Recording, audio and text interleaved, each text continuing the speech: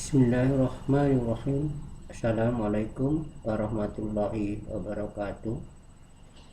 Alhamdulillah, puji syukur kita panjatkan kehadirat Allah Subhanahu wa taala, mana kita pada hari ini bisa melanjutkan pertemuan kita, pertemuan yang ke-6 untuk manajemen perbankan pada hari Jumat 23 Oktober 2020 Masehi atau tanggal 6 Rabiul Awal atau dengan bulan Maulid 442 Hijriah. Adapun pertemuan kita pada hari ini kita akan membahas mengenai manajemen alokasi sumber dana. Untuk dalam manajemen alokasi sumber dana ini kita kenal dengan manajemen aktiva dan manajemen pasiva. Apa itu sisi aktiva, apa itu manajemen aktiva, apa itu manajemen pasiva. Baiklah, untuk ini Bapak kelompokkan ya. Untuk manajemen dari aktiva dan pasiva, sisi aktiva itu mengenai kredit modal kerja, kredit investasi, kredit offshore, kredit onshore, kredit cash kolateral, kredit konsumsi, kredit sindikasi, dan kredit program pemerintah. Nah, ini dari sisi aktiva ya. Dari sisi aktiva untuk kita mengalokasikan sumber dana. Nah, akan kita ketahui bahwa sumber dana dari masyarakat ya, dengan alokasinya adalah diberikan lagi kepada masyarakat. Ingat, kalau dalam neraca untuk bank itu terbalik dengan neraca yang pada perusahaan pada umumnya. Kalau segi pasiva di sini ini dana bank ya, segi aktiva ini adalah kredit. Nah, biasanya kalau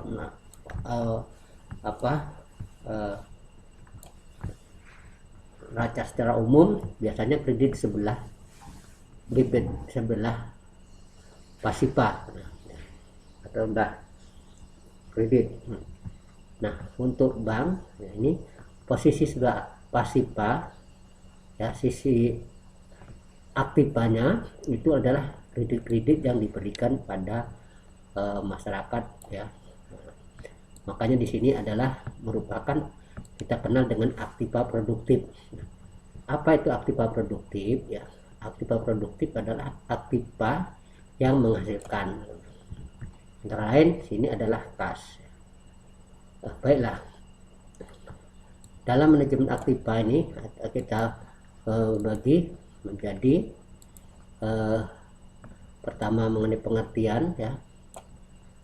Pengertian daripada manajemen aktiva adalah, nah ini pengertian dari manajemen aktiva, bagaimana ya bank mengelola dananya ya. Jadi kalau aktiva itu bagaimana bank mengelola dananya, sedangkan kalau untuk manajemen pasiva itu bagaimana bank mengelola sumber dana.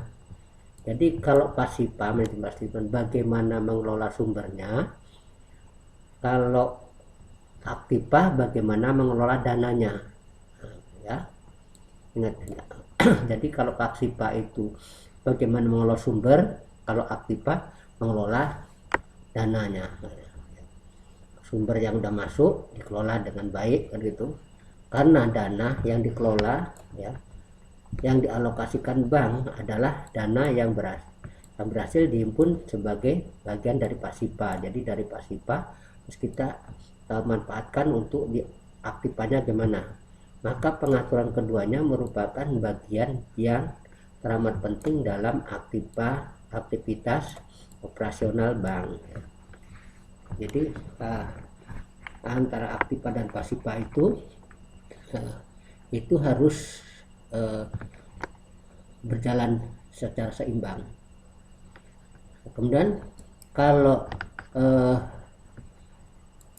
di sini dalam penyusunan manajemen aktiva ya, sebelah aktif nilai mengenai biasa seperti kas. Nah, kas ini bagaimana mempercepat pemasukan kas ya, bagaimana memperlambat pengeluaran kas, bagaimana memelihara saldo kas yang optimal.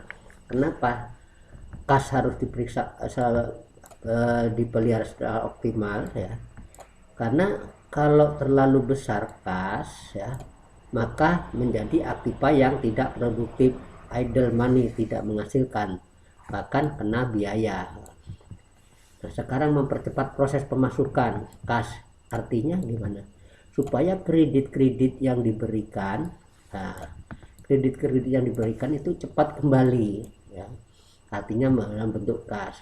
Sedangkan memperlambat pengeluaran kas, gimana memperlambat pengeluaran kas? Nah, jadi perlu diingat bahwa bagaimana kalau mempercepat pemasukan kas, artinya kredit yang diberikan segera kembali. Sedangkan kalau memperlambat pengeluaran kas, bagaimana dana supaya tidak ditarik ya, gitu. Kalau dana tidak ditarik kan artinya kas tidak keluar ya, menghambat ya, memperlambat kasnya keluar. Makanya dalam manajemen kas ini ada bagaimana memelihara saldo kas ya. Kemudian manajemen piutang ya, manajemen piutang. Nah, di sini apa piutang? Berarti kredit yang diberikan. Terus manajemen sumber dana.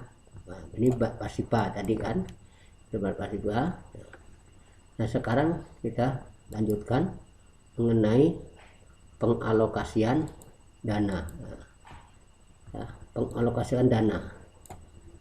Nah, ini pertama berdasarkan prioritas cadangan primer reserve untuk memenuhi kebutuhan likuiditas wajib minimum, giro wajib minimum. Ini makanya setiap bank wajib memelihara gironya pada Bank Indonesia yang disebut dengan giro wajib minimum.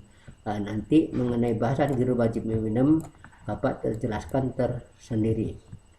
Kemudian keperluan operasional bank sehari-hari ya, jadi ini primer ya, cadangan primer, prioritas-prioritas yang harus dipenuhi oleh suatu bank ya.